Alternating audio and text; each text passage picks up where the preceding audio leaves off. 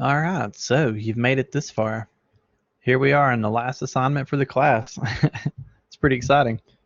So what you're going to have to do is make this driven expansion tank. Now that may sound familiar, and hopefully this seems a lot easier than the tank you did in Lab 3, but there are some nuances to it as well. So first things first, do your lecture, discussion boards, same as always.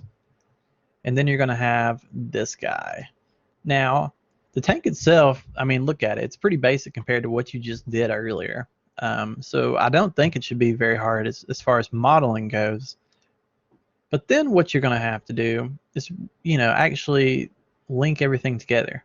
So like if you notice, I don't even give you dimensions here, like truly. I give a list of values, and then I give these relationships. This is where it gets fun. So if you look at, let me zoom out just a smidge. Apparently you can't hardly scroll. If you look at like how long this is, for instance, it's shell OD times 2.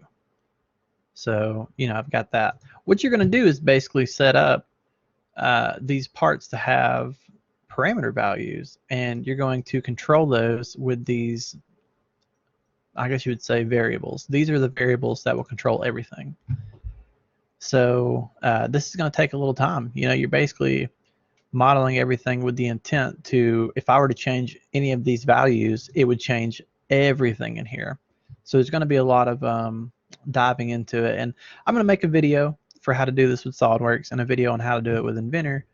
But there's many ways you can go about it, and you're welcome to do some research online and find a way that you like best. I'm just going to show a few examples of how you could do it.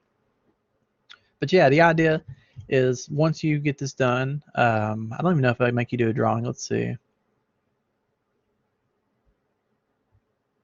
Yeah, so basically what I want is this model, and whenever it's done, I want to be able to go in and change the shell OD wherever that's housed, and it adjusts everything. That is my goal.